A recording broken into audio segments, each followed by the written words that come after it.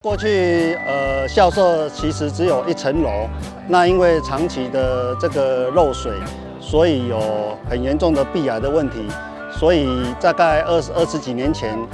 家长们捐资就新建了铁皮屋，但是铁皮屋的校舍是非常的奇特，所以我们也积极的争取北栋先做了拉皮，那南栋进行重建。最大的特色就是我们根据孩子学习的需求，设计了自主探究学习教室，设计了好时间、孩子森林的阅读室等等。那也因为这样的特色设计，所以我们获得国家卓越建设奖规划设计类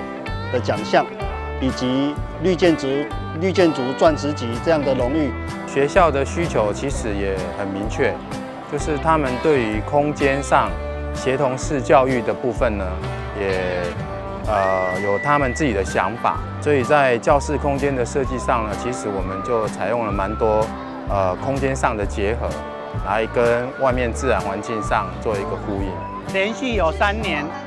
这个3期的这个校舍重建跟补强，我们投入大概50多亿啊。那这样的一个校舍崭新了之后，能够带给学校的，那么有更好的一个优质硬体设备，那么我想也是家长所期待的。掌握施政3分钟，台南进步向前冲。今天非常高兴能够来到我们台南市最优质的学校之一虎山实验小学的新教室落成，就在我背后看到这栋。那这栋在2年前开工，你可以看到那个时候1坪造价大概7万多，总共1000多坪花了7000多万，1坪大概7万多。现在这个光是造价起来啊，这个14万、15万都不一定做得起来。所以可见很多事情早点做会比晚点做好。我们也希望虎山实小在硬体设备有了，软体的部分，因为校长跟老师还有家长的努力，可以让这个学校变得更好。因为现在已经成为一个全世界知名的 Eco School 生态小学，那这样子的一个学校，将来可以让这个不管环境教育或是学科教育都能够成为台南市的模范。谢谢林校长，谢谢我们陈会长大家的努力，还有老师家长的努力，可以让虎山实小变得更好，让台南市变得更好。2024台湾灯会在台南，2月3日到3月10日，邀您一起来台南赏灯。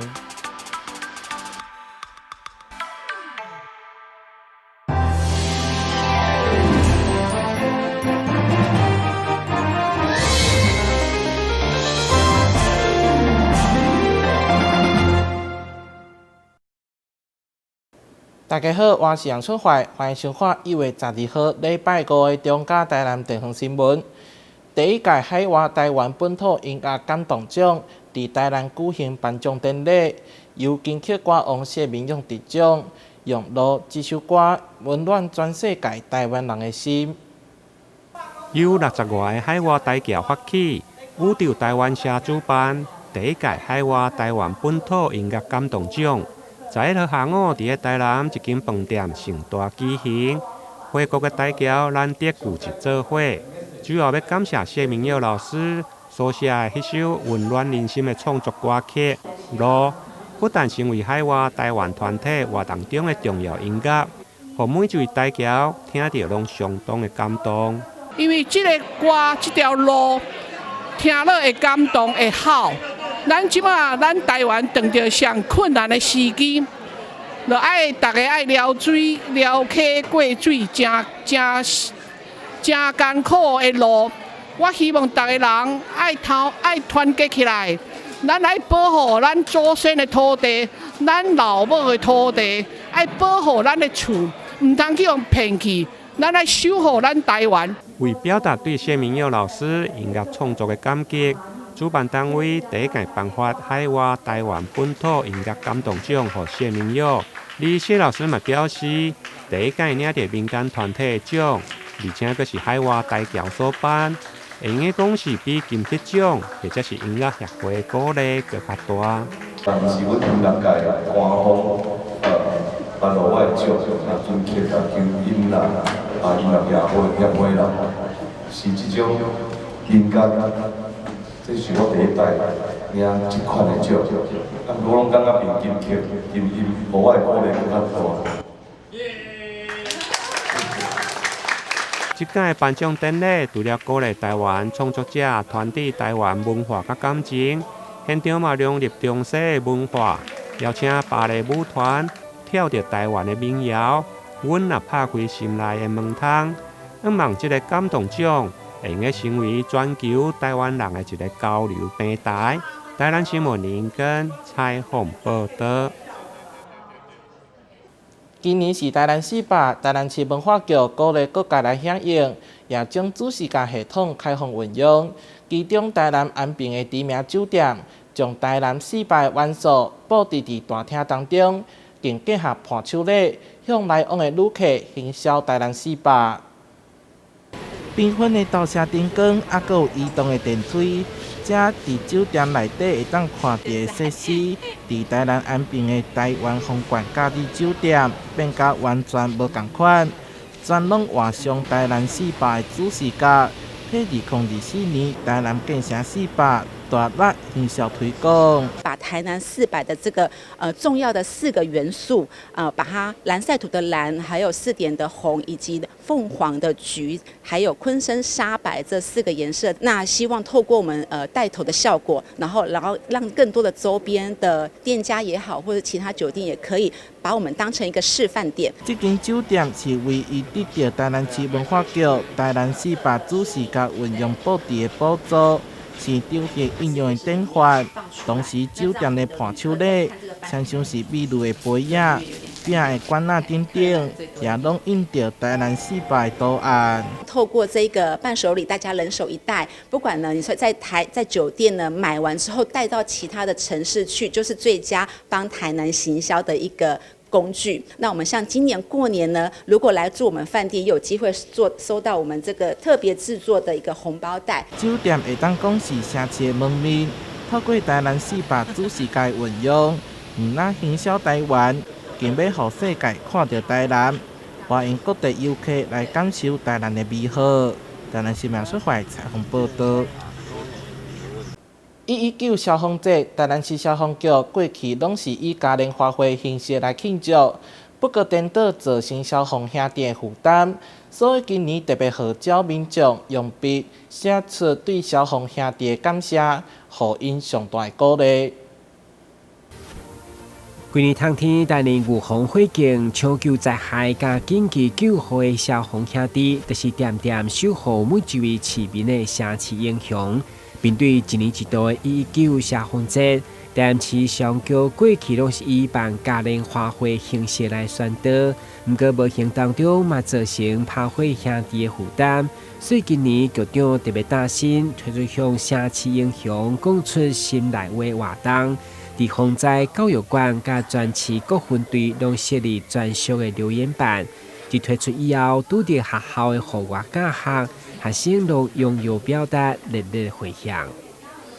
消防员用汗水和生命来换我们的安全，谢谢。谢谢。而且谢谢就是厨房那个消防员叔叔为我们付出那么多，然后帮我们救火，然后救生命。今年的部分，我们局长他是希望用一个比较温馨，然后体恤消防人员的一个方式。就是希望透过民众的一个参与，对我们消防人员城市英雄们说出心里话就是鼓励民众走入我们的消防队，然后对我们这个城市英雄们，用你们的有温度的一个文字来鼓励体恤我们这些消防人员，让我们这些消防人员更有动力来为这个城市守护，还有我们为这个民众的生命安全来做一个保护的一个动作。大部分留言以小朋友上济，嘛是一种人文教育。多数拢是感谢消防兄弟勇敢进入火场，替人救火，也搁爱送病人去病院的辛苦付出。不过，伊囡仔口气甲用笔看起来，就是特别温馨感动。比较天真，他就是说消防叔叔们你们真的平时大家辛苦了其实真的消防人员在1年365天，真的一直很努力的在守护我们台南这个城市，也在保护我们的民众的生命财产安全。所以在这边也是再次的希望鼓励我们民众可以走进消防队，因为你走进去以后，你会去了解我们消防队员的这些城市英雄们他们平常的一些生活，然后你也可以透过你们的一些文字来鼓励、来温暖我们这一些城市英雄。谢谢消防员，辛苦了。台南新闻军籍和侨方采访报道。台南市一名28岁女性，因为自细汉就脚大颗，上重的时阵有114公斤。伫看医生的时阵，就发现是多囊性卵巢症候群。经过基美病院的手术了后，成功减肥55公斤，也成功有生囝。多囊性卵巢症候群是造成有排卵性未生主要的原因之一，因此病人通常月经无规则，而且大约有60%合并有肥胖的问题。亲像这名何小姐，上胖的时达到114公斤，后来经过基美病院代谢减重中心甲妇产科的门诊，证实是多囊性卵巢症候群。后来接受腹腔镜袖状胃切除手术，也就是缩胃手术，才予伊成功减重55公斤，并且顺利有心来生产。当初是一个23岁的女性，那当初来门诊的话，是因为肥胖的问题，那时候其实是已经到一个所谓的病态性肥胖，所以呢，我们就预计帮她做一个手术的治疗。那在门诊追踪的过程当中呢，发现说她有月经不规则，所以呢，我们也把她转接到妇产科去。那时候我们妇产科的医师给她的诊断是一个多囊性卵巢症。那所以呢，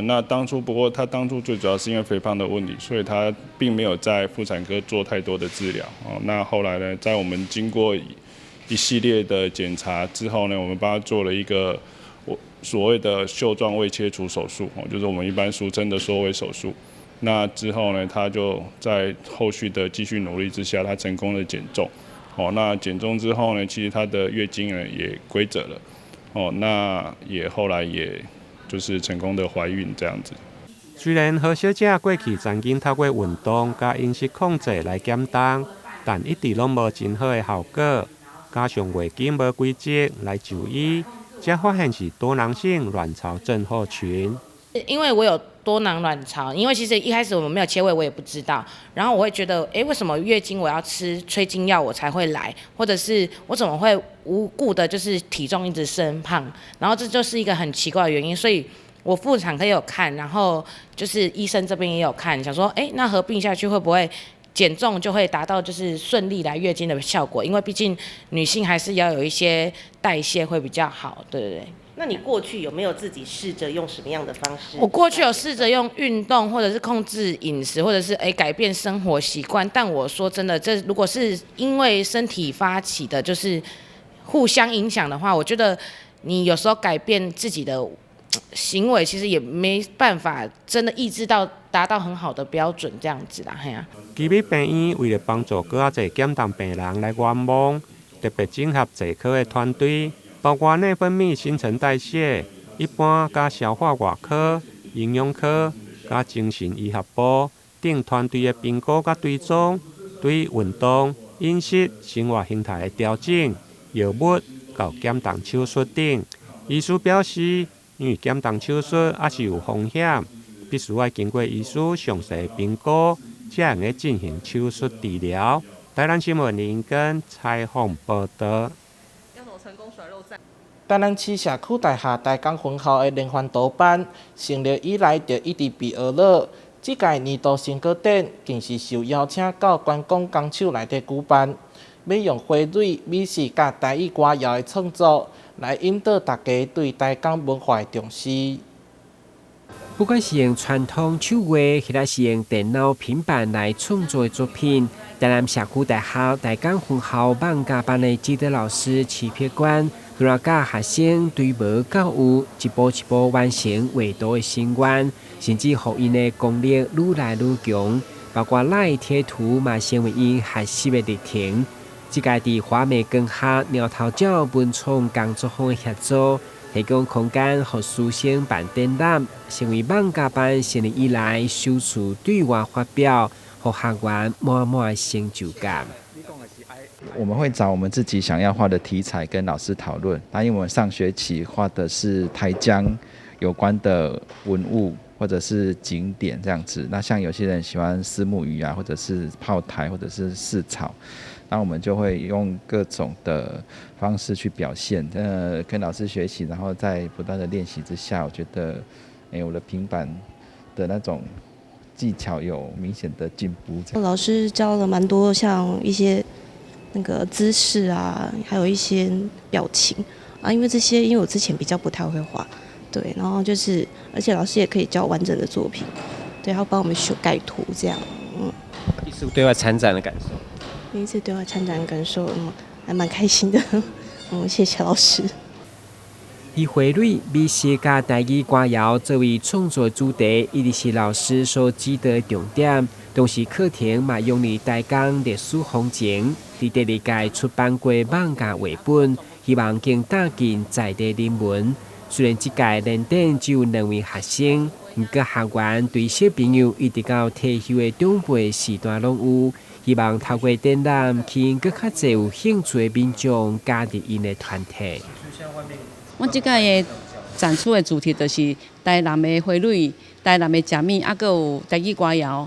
这拢是阮平常时画图的主题。我即届而且展出的阮平常时阮同学的作品和学生作品，阮上课的时阵用手绘的、平板的都可以。所以呢，你若是平板爱好者也可以跟我一起加入我们漫画创作的行列。那我们创作的地点是在台江文化中心旁边的台江分校。欢迎大家有兴趣的同学一起来加入我们。该展览将到1月27号为止，也请大家把握机会前往观赏。花石物语，欢迎大家来参观。台南新闻顾文吉、何乔芳采访报道。台南市教育局学生辅导咨询中心大新丰区甲大新华区办公室先后列牌。整合区内辅导资源兼专业辅导人员，这2间办公室的成立，也象征着台南市学生辅导的工作迈向新的里程碑。台南市教育局为着整合专业辅导人力资源，陆续透过辅导咨询中心分区办公室的设置，落实学生辅导照顾工作。大新丰区办公室在规定各中正式成立。那为了要落实我们学生的身心的这个所谓辅导的工作，那我们中央有配置，我们台南市政府全力来配合所谓设置啦心理师跟社工师这个专业的辅导人力。那全市来讲，到目前有49位的社工师跟心理师的编制。大新丰区总共配置8名心理师以及社工师，办理辅导专业甲咨询服务。同时促进各级学校甲辅导网络单位的联络。